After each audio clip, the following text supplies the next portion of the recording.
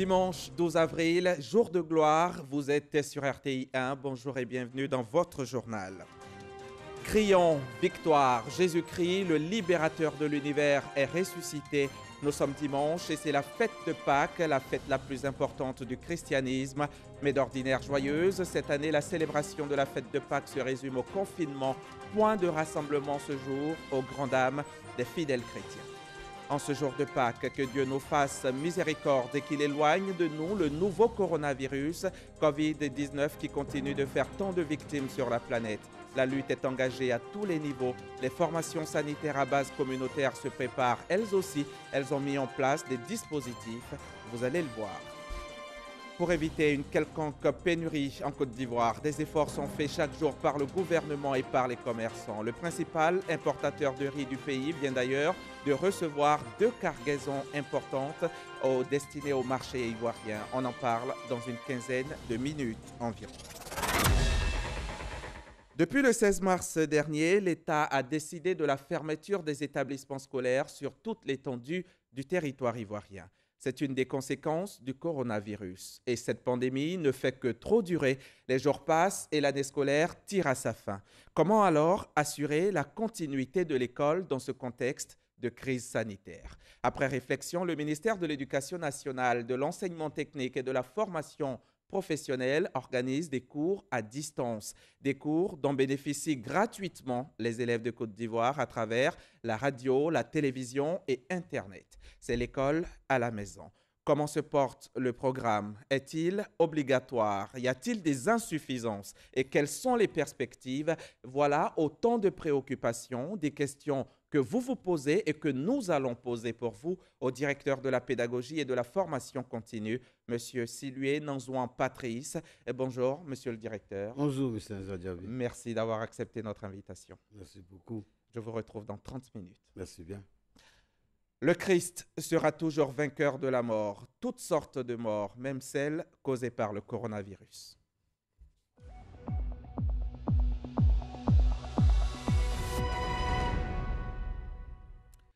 Hosanna au plus haut des cieux, nous célébrons ton nom d'un cœur reconnaissant. Tu es le Seigneur glorieux, gloire à Jésus notre roi. Quiconque croit en lui reçoit par son nom le pardon de ses péchés.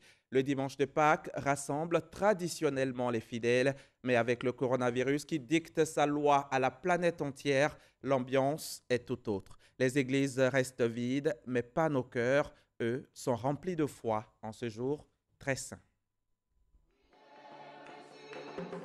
Le Christ ressuscité, célébré ce dimanche par les fidèles à travers plusieurs supports de communication et d'information. Ici, à la paroisse Saint-François-Xavier d'Anono, la messe est dite par l'équipe presbytérale uniquement et retransmise par les haut-parleurs du village. Christ est ressuscité, alléluia, alléluia. C'est comme si on se retrouvait en pleine messe à l'église, seulement que nous sommes un peu dispersés, chacun fête à la maison. Je remercie le Seigneur pour cela. Nous avons suivi la messe dans la rue depuis 8 heures. Nous sommes là. Ça s'est très bien passé. Nous disons merci à Dieu. Et je crois qu'il a entendu la prière et le cri de chacun de nous. Pour faire vivre la messe à l'ensemble des fidèles chrétiens dans les ménages, la radiodiffusion télévision ivoirienne a mis les bouchées doubles. Méthodistes et catholiques se sont succédés en direct dans les studios de la télévision. Le Christ est ressuscité. Nous célébrons cette fête dans un contexte particulier. Mais cette victoire du Christ sur la mort signifie la victoire aussi du Christ sur cette maladie. Et je crois que cette maladie, mais elle passera, elle finira. Cette maladie nous a fait comprendre que tous nous sommes logés à la même enseigne, que tu sois grand ou petit, que tu sois pauvre ou riche. Et nous les hommes, nous avons oublié cela. Reconnaissons-nous comme frères, que personne ne soit considéré comme un moins-homme. Voilà l'après de ce virus. Le cardinal Jean-Pierre Coutois exhorte également les fidèles à toujours maintenir le cap de la prière. Même tableau du côté du Vatican. Ce dimanche, le pape François, seul, sans fidèles dans la basilique Saint-Pierre pour la messe de Pâques.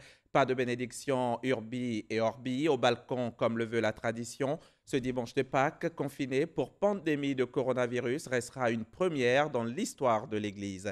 Pâques, je le rappelle, est la fête majeure du calendrier liturgique chrétien, une fête joyeuse qui rime cette année avec un sentiment d'isolement. Mais pour toi, il a accepté d'être crucifié. Rends-lui simplement gloire, rends gloire à Jésus-Christ de Nazareth. Célébrant Pâques, Jésus-Christ est ressuscité, certainement le début de l'enterrement du coronavirus. Ce malheureux virus qui continue de semer tristesse et désolation à travers le monde. En Côte d'Ivoire, rien qu'en 24 heures, l'on a enregistré 53 nouveaux cas de contamination, ce qui porte à 533 le nombre total de malades liés au coronavirus dans le pays. On écoute le directeur général de la santé et professeur Mamadou Samba. Ce samedi 11 avril 2020, 53 cas d'infection à Covid-19 ont été enregistrés sur 272 échantillons prélevés, portant ainsi à 533 le nombre total de cas confirmés et 4 nouveaux guéris. Cependant, l'on enregistre ce jour un nouveau décès.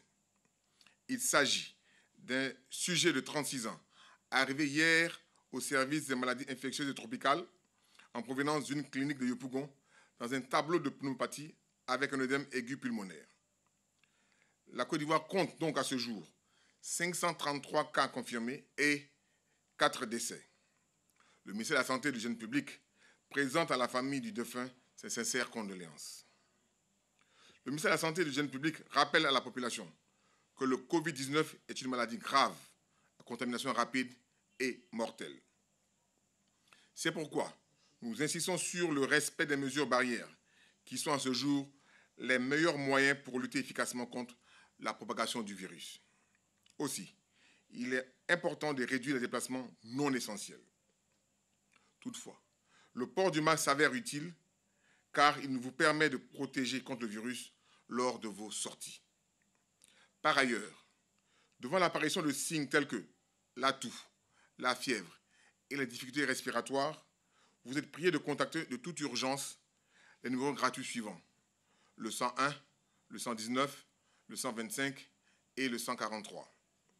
Le ministère de la Santé et de l'Hygiène publique en appelle au civisme et à la responsabilité de tous pour freiner la propagation du virus. Le gouvernement, à travers le ministère de la Santé, réitère ses remerciements et ses encouragements aux acteurs de la santé pour leur engagement dans la lutte contre cette pandémie. 533 cas confirmés donc de malades à Covid-19, 58 guéris et 4 décès. Voilà, à l'heure qu'il est, le point de la situation ici en Côte d'Ivoire. On enregistre à ce jour dans le monde, à ce jour donc, 1 783 941 malades à travers le monde. Et puis, nous avons 109 312 décès et 405 972 guéris. Aux États-Unis, 533 378 personnes sont contaminées et 32 006 guéris et 20 601 morts. Le pays le plus touché aujourd'hui. Donc, ici en Afrique, 278 personnes sont atteintes au Sénégal, 2 personnes en sont mortes et 137 guéris. Le Bénin enregistre 35 cas seulement, dont 5 guéris et 1 mort. Au Togo, c'est un peu plus du double, 76 cas confirmés, 25 guéris, 3 décès malheureusement. Au Mali, 87 personnes ont été touchées par le Covid-19, 7 en sont mortes et 22 guéris. Et au Burkina Faso, pour terminer, sachez que 484 personnes sont malades du coronavirus, 155 guéris, mais 27 morts sont à déplorer.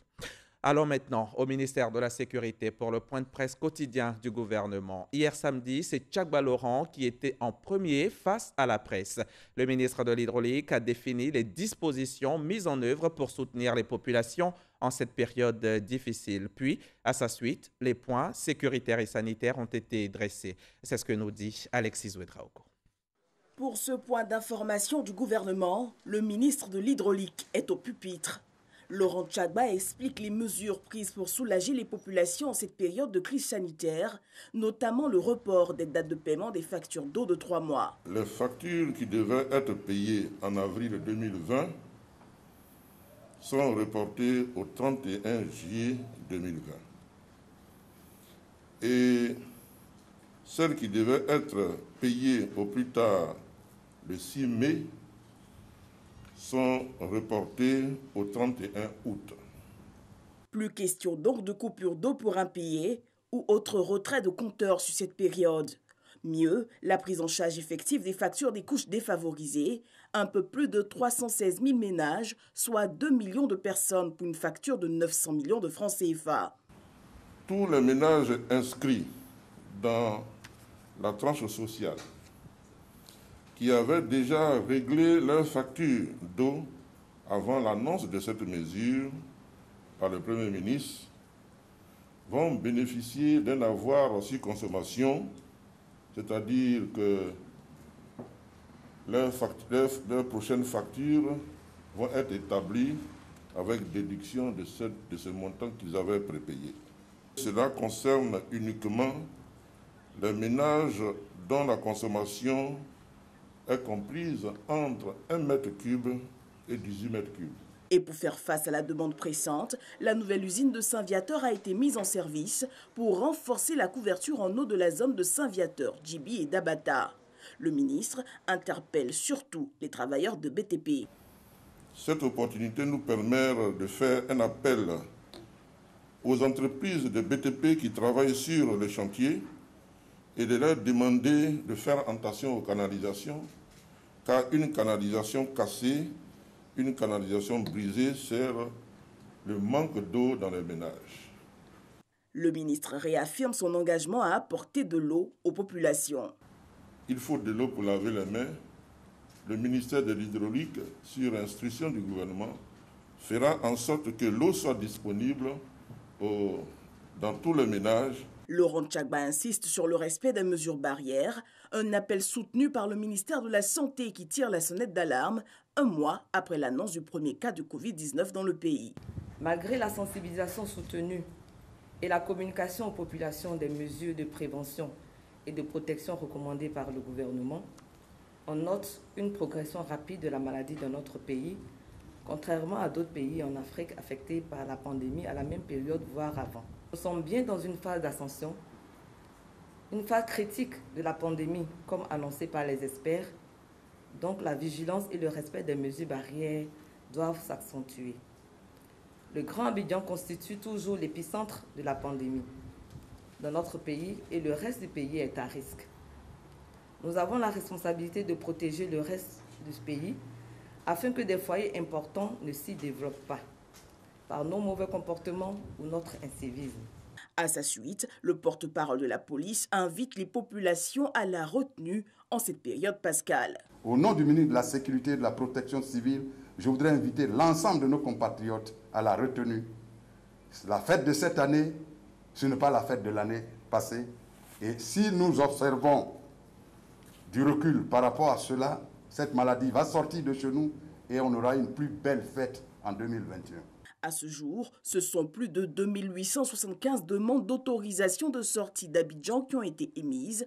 Sur elles, 791 accordées. Note de satisfecit pour le couvre-feu du vendredi à Abidjan, aucune interpellation.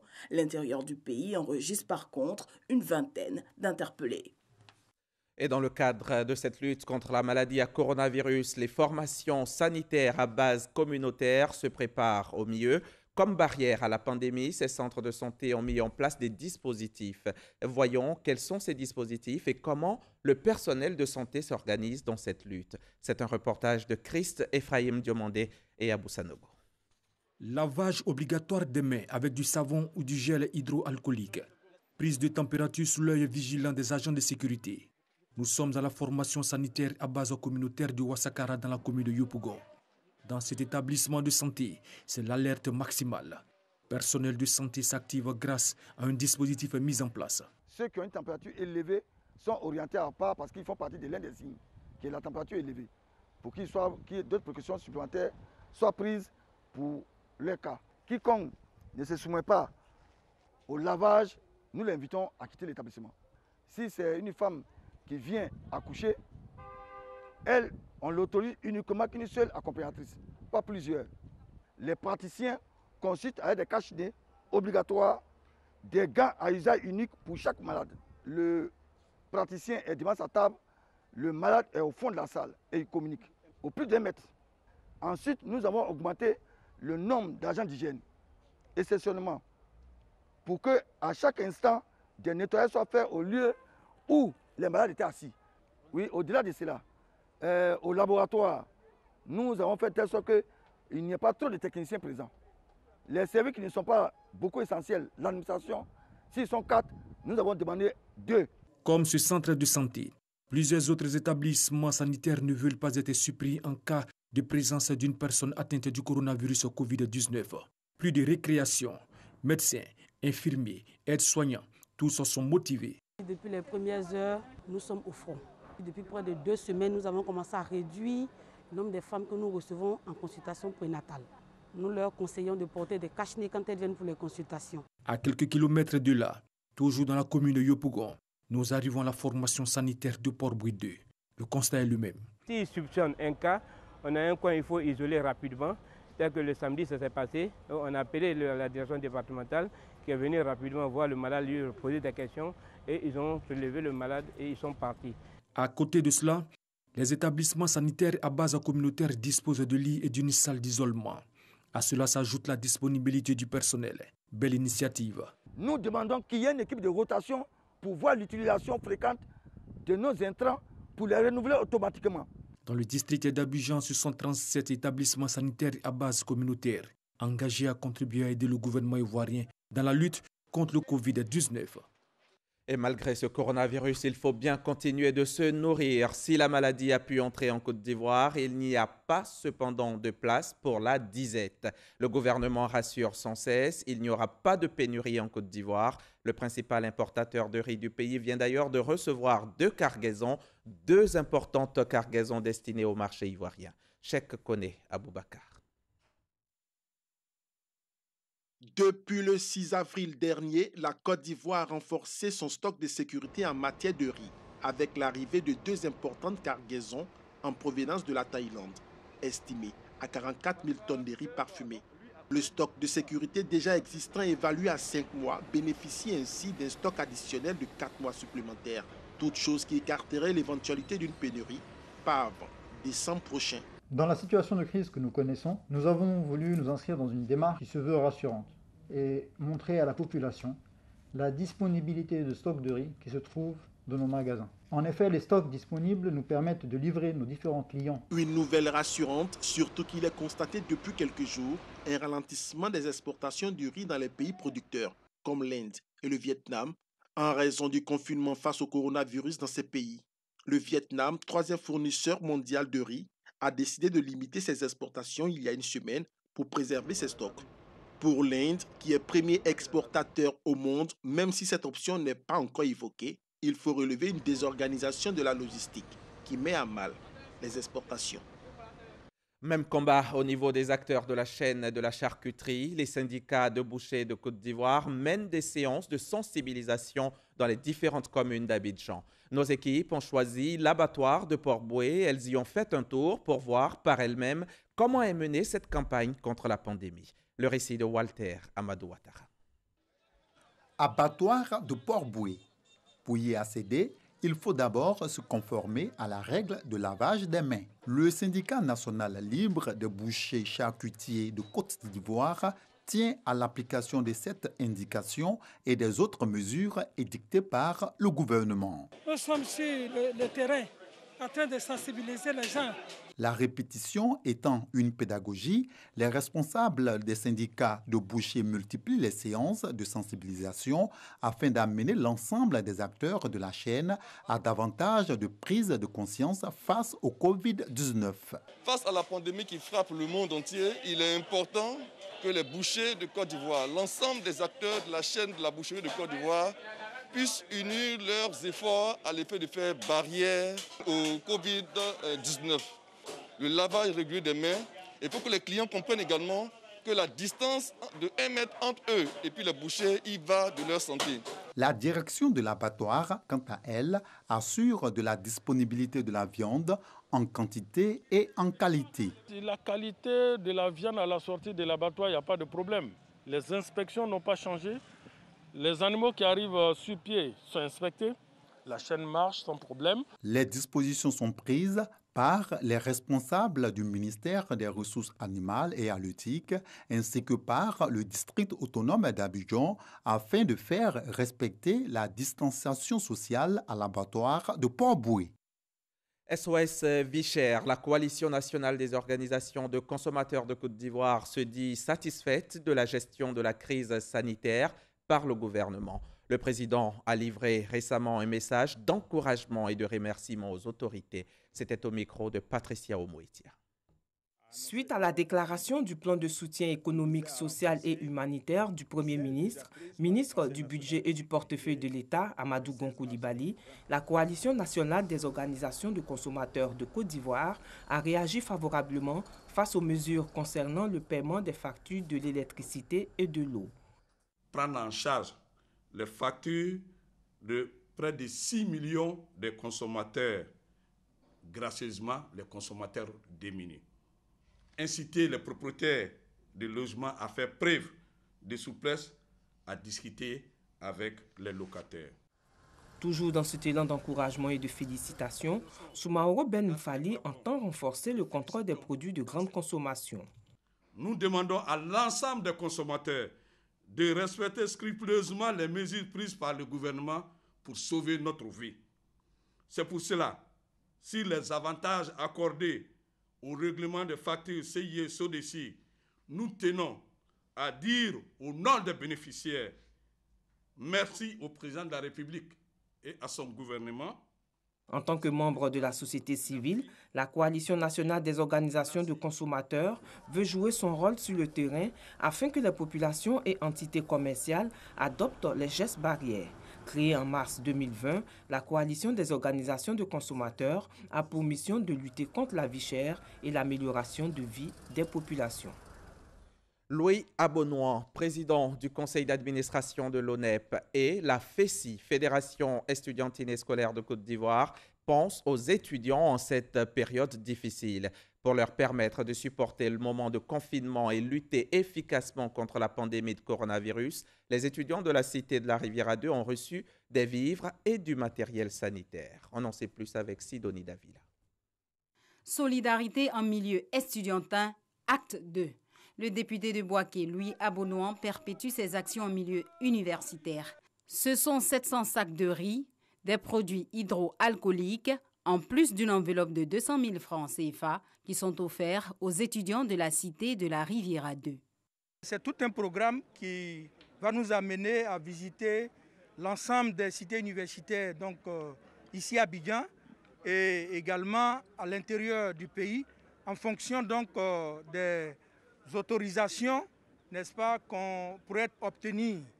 Nous sommes en train de faire donc cette action en application sinon en exécution des instructions que nous avons reçues de notre hiérarchie donc politique. Nous réitérons nos remerciements parce que bien entendu, il a commencé un tour et nous avons décidé de l'accompagner dans ce tour. Faire en sorte que les étudiants de Côte d'Ivoire aient au moins des vivres, se nourrir, avoir la force et aller sensibiliser partout que bien entendu cette maladie-là, cette pandémie-là soit boutée hors de la Côte d'Ivoire. À chacune de ces rencontres, le parrain des étudiants ne manque pas de rappeler les mesures barrières pour éviter le coronavirus. À Bandoukou, le marché est fermé, mais pour 3 jours, 72 heures donc pour être entièrement lavé, désinfecté, afin d'éviter tout risque de contamination à la maladie de coronavirus. Le maire a également décidé de la désinfection de toutes les artères principales de la ville. Les précisions avec Herman Niamia, notre correspondant sur place.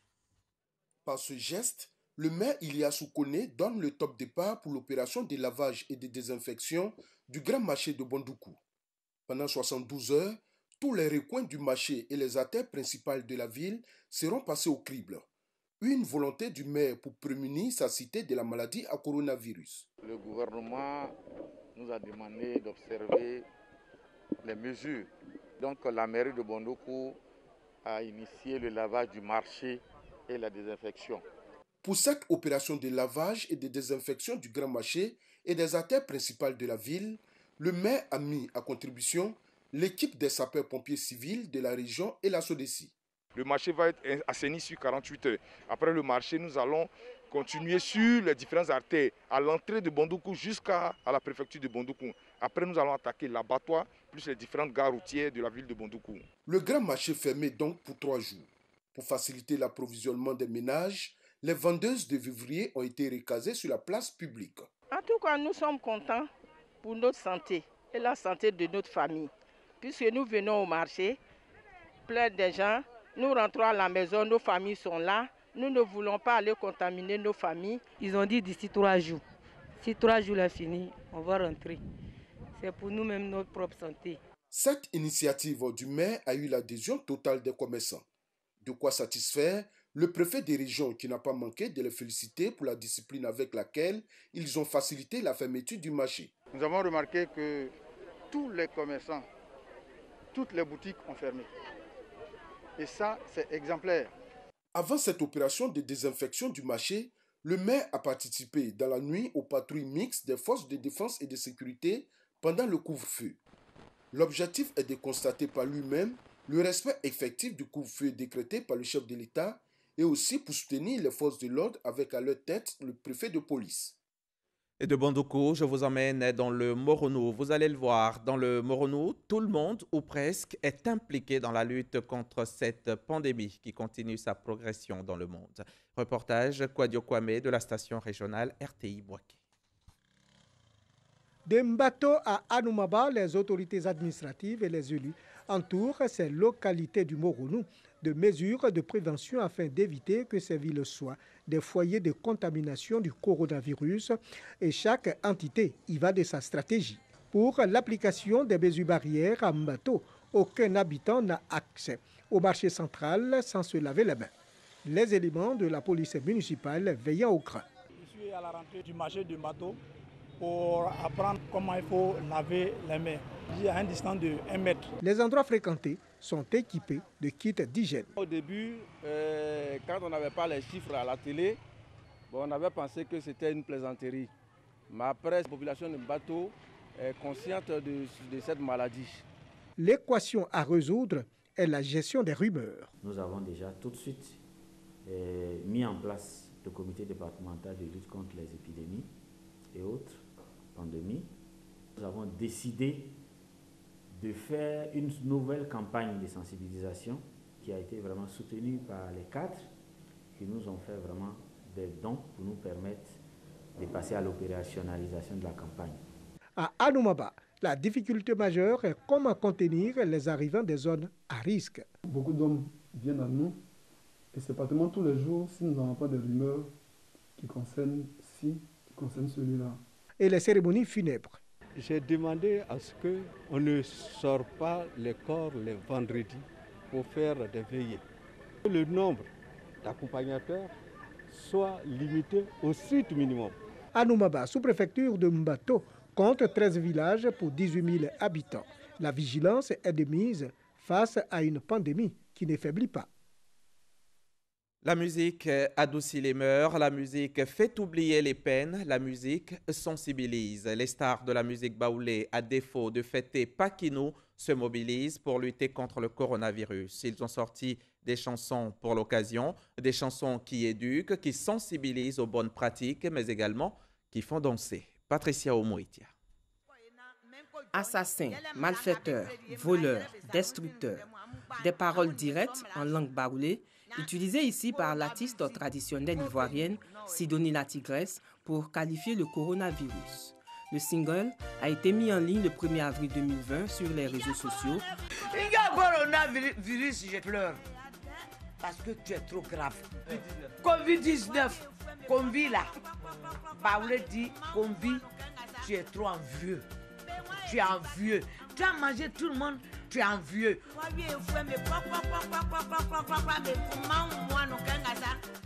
Depuis quelques semaines sur les réseaux sociaux, les artistes se mobilisent et sensibilisent leurs fans au nouveau coronavirus pour tenter d'éviter des morts.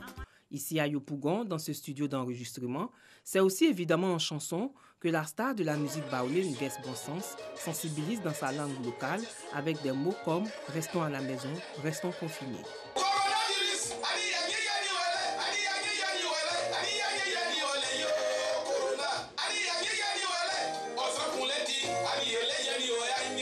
Les mesures du gouvernement, il faut qu'on applique parce que ce n'est pas pour une seule personne, c'est pour nous tous.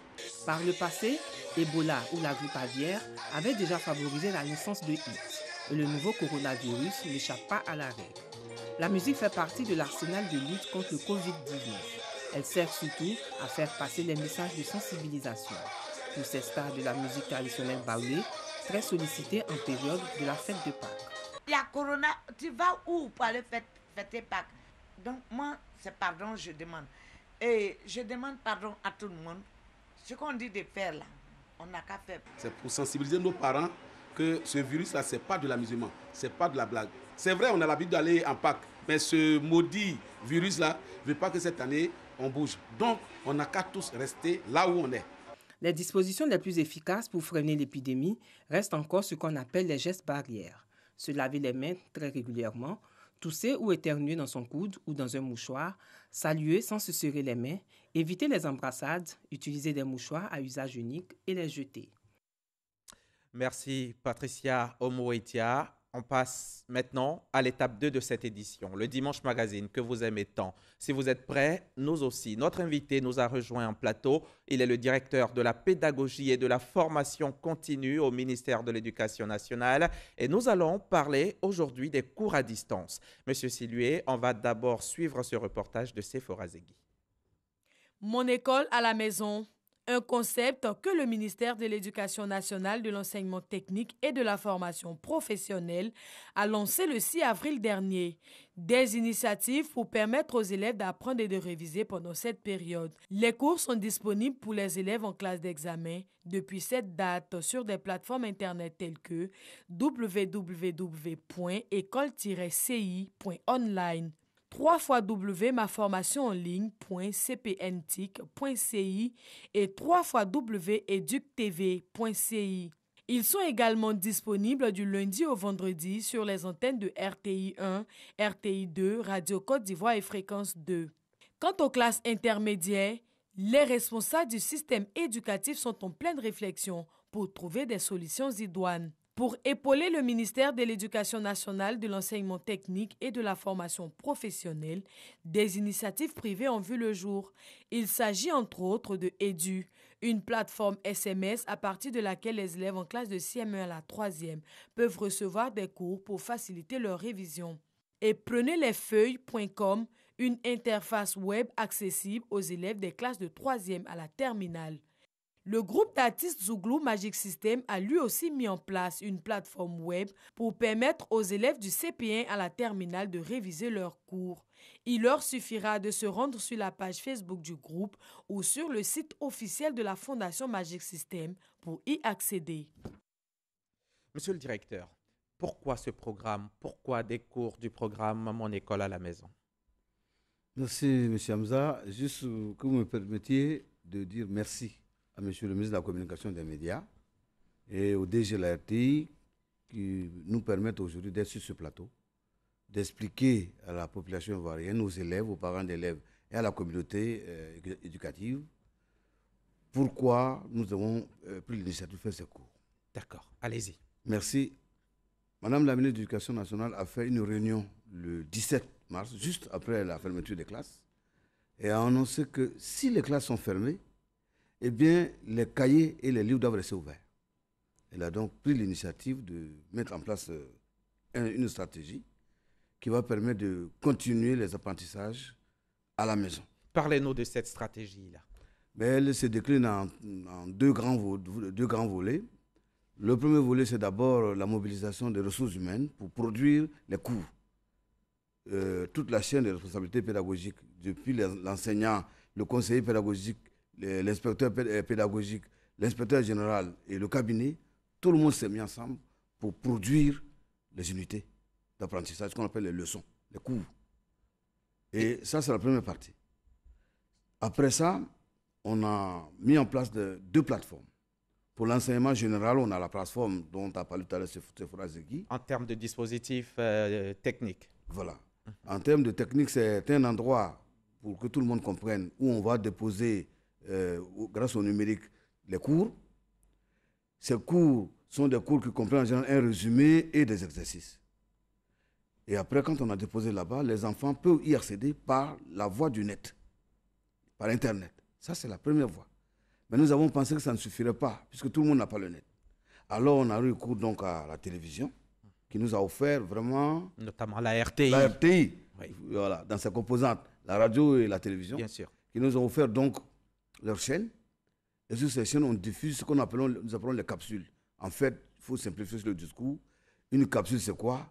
C'est une vidéo. C'est aussi un son, c'est-à-dire une audio, un son audio.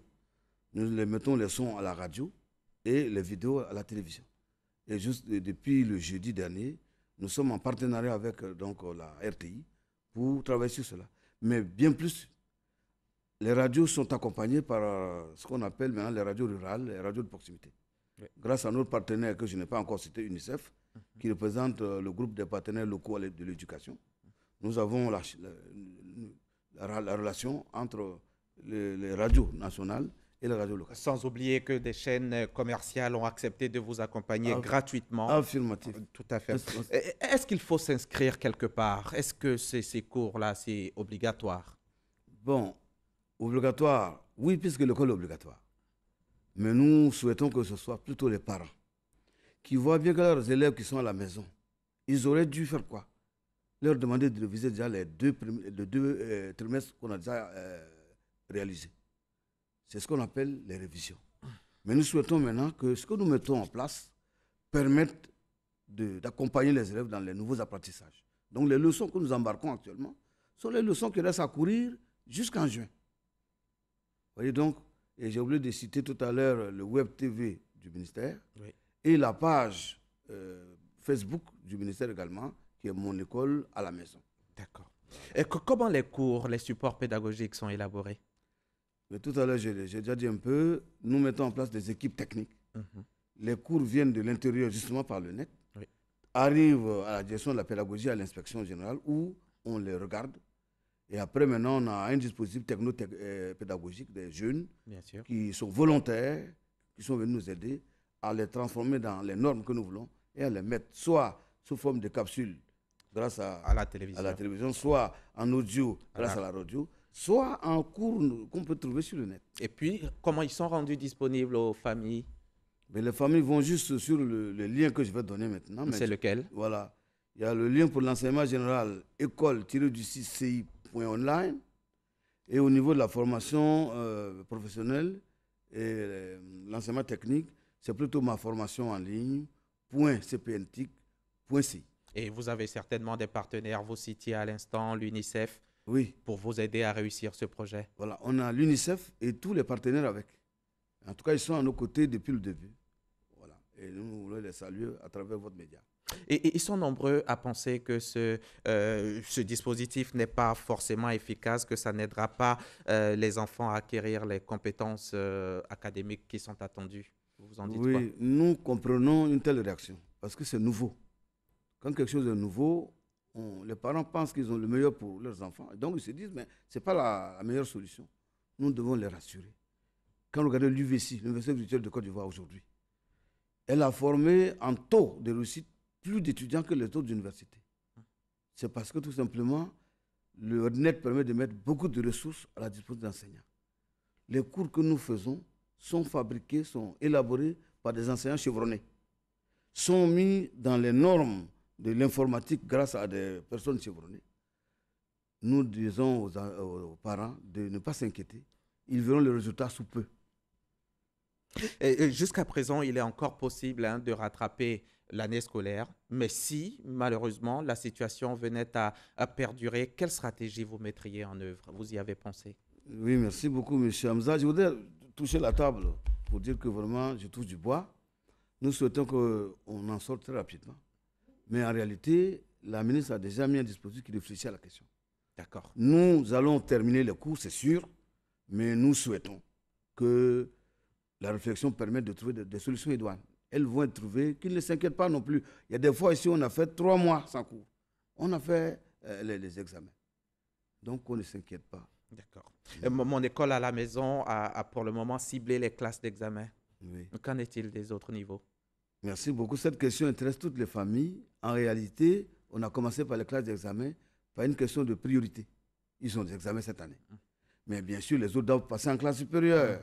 Et donc, sous peu de temps, dans peu près la semaine prochaine, vous verrez également que les autres classes ont leur cours aussi. Même les tout petits. Même les tout petits, pour eux, c'est plus délicat.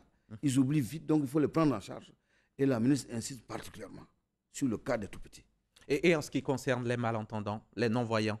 Voilà, merci de m'ouvrir donc cette palette. Nous avons, avec l'Institut national des aveugles, l'INIPA, on est actuellement en train de travailler au lycée classique à incruster donc des petits médaillons sur nos productions pour les non-voyants et du braille pour les le braille, c'est pour les non-voyants et les incrustations, c'est pour les malentendants. Tout ça est en cours parce que Madame la ministre veut un enseignement qui soit inclusif, qu'on ne laisse personne sur le bord du chemin. Elle a insisté là-dessus. Venons-en maintenant au canot choisi. Vous êtes d'accord avec moi que malgré tous vos efforts, tous les élèves de Côte d'Ivoire ne pourront pas avoir accès aux cours que vous faites là à distance. Est-ce que vous avez pensé à des mesures complémentaires? Oui. Ça, je dois dire qu'effectivement, tout à l'heure, j'ai parlé d'inclusivité. Inclusif veut dire que quel que soit là où se trouve l'enfant, il doit être touché. Et donc, dans un premier temps, nous avons vu donc la plateforme, elle a ses limites. Nous sommes passés à la télé et à la radio. Mais nous envisageons que, par exemple, si on avait le temps, et si on avait la place aux médias, qu'il y ait des cours en direct. C'est-à-dire le cours est à la télé, les enfants sont chez eux, ils peuvent poser des questions. Et il y a une interaction entre l'enseignant et les élèves. Ça vient répondre au problème d'interaction. Mais au cas où, parce qu'il y a des élèves forcément qui sont dans des villages trop reculés, sans télé, sans radio, sans électricité même. Bon, il faut dire quand même que ces villages doivent être très éloignés parce que nous sommes en partenariat avec les radios locales. Or, je connais plein de villages où quand même on a la radio. Mais on a des clés USB sur lesquelles nous allons copier les films et les audios pour les mettre à la disposition donc, de nos partenaires qui sont les directeurs d'école, où les élèves peuvent venir prendre, aller chez eux à la maison. Parce qu'au fond, toutes les familles ont quand même des éléments pour regarder les vidéos de mariage. On voit ça. S'il met la clé USB là où il mettait il y a un lecteur qui va lire et le son est d'ailleurs très bon. D'accord. Après 2 jours de diffusion déjà du programme, quelles observations vous en faites? Bon, j'avoue que nous avons eu beaucoup d'appels de nos partenaires, de nos amis, qui nous ont dit qu'ils trouvaient que le débit était rapide, le débit des enseignants. Ouais, et même que les séquences des cours seraient trop courtes. Oui. Et que même qu'ils ont détecté 2 ou 3 fautes. Oui. Nous voulons leur dire que tout ça, nous les avons vus. Et nous travaillons à ce que de jour en jour, on améliore la chose publique. Nous pensons que ces cours sont une aubaine pour les enfants. Ça leur met à disposition gratuitement des ressources, des cours, des exercices. Et nous pensons qu'il faut aller beaucoup plus loin. Et le sujet est tellement important. Il s'agit de l'école, l'éducation de nos enfants. Et vous savez, pour pallier cette situation, les médias ont leurs contraintes.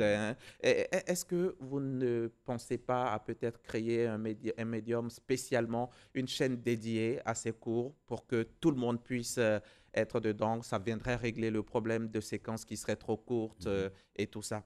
Dans d'autres pays, ça a été réussi, au Sénégal notamment. Oui. Je dois dire que c'est une perche tendue que je ne peux pas éviter. Nous avons demandé hier à une réunion technique avec la RTI que nous souhaiterions avoir une chaîne qui nous permettrait vraiment de faire comme les autres pays.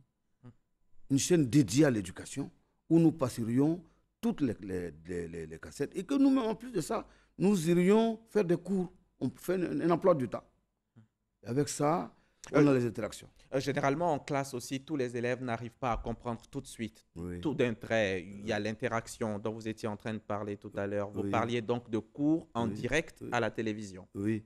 Pour que les élèves puissent poser des questions tout de suite. Oui. Parce que nous, on voulait dire aussi, c'est qu'il est possible que nous puissions mettre ces films sur la plateforme. Oui. À tout moment, ils peuvent aller les révisionner. Et puis, comme on a vu que jeudi et vendredi, ça a coincé un peu, les gens disent qu'ils n'ont pas tout vu. On a décidé de repasser les capsules du jeudi, demain, lundi, et les capsules du vendredi, mardi, pour laisser le temps aux enfants, parce que ce n'est pas des séries télévisées que nous diffusons. C'est de la connaissance. Et ça demande des phases d'acquisition qui comprennent ce qu'on appelle chez nous la fixation et la consolidation. D'accord. Voilà. Donc, Et ça, vous parlez en gros de l'enseignement général, mais qu'en est-il de l'enseignement technique, l'enseignement professionnel? ben, tout à l'heure, je vous l'ai dit, le site Ma formation en ligne, Oui, vous avez juste... Oui. c'est leur plateforme. On est dans les mêmes dispositions. Ils font partie du programme Mon école à la maison. Donc bientôt, il y aura des cours également. Oui, ils peuvent déjà aller visiter le site. Le site, ils vont faire la même chose que nous, c'est-à-dire qu'ils vont voir des films à la télé, des films à la radio, tout ça. On travaille comment on appelle ça, en synergie. D'accord. Voilà. Et après le Covid-19, après la crise sanitaire, quand elle va passer, qu'adviendra-t-il de ce programme, Mon école à la maison? Eh bien, madame la ministre a déjà pris la décision. Elle a expliqué que ce programme vient aujourd'hui pour accompagner les apprentissages. Mais il devrait demeurer pour soutenir les révisions, renforcer les acquis et rester, comment dirais-je, une école comme l'UVC. L'UVC existe. Nous devons avoir peut-être, on va donner peut-être des noms après, ça serait peut-être le lycée numérique virtuel, le collège virtuel, l'école primaire virtuelle, la maternelle virtuelle. Nous souhaitons consolider cela. C'est pour ça qu'elle a dit de travailler, qu'on ait des capsules en grande capacité tout de suite, mais qu'on prenne le temps de moderniser, de rendre robuste pour continuer. Merci. Monsieur Silué Nonzouan Patrice, directeur de la pédagogie et de la formation continue au ministère de l'Éducation nationale. Merci d'être venu. Merci de tous ces éclairages. Et je rappelle que pour toutes les préoccupations des populations, vous restez disponible. S'entend vous et tout le ministère dirigé par Kandia Camara. Merci encore à vous et bon dimanche de Pâques. Quant à vous, chers téléspectateurs, soyez rassurés. Sur terre, il n'y aura plus de doute car le Christ est ressuscité. Gloire donc à Dieu au plus haut des cieux, paix sur la terre, la santé sur la terre.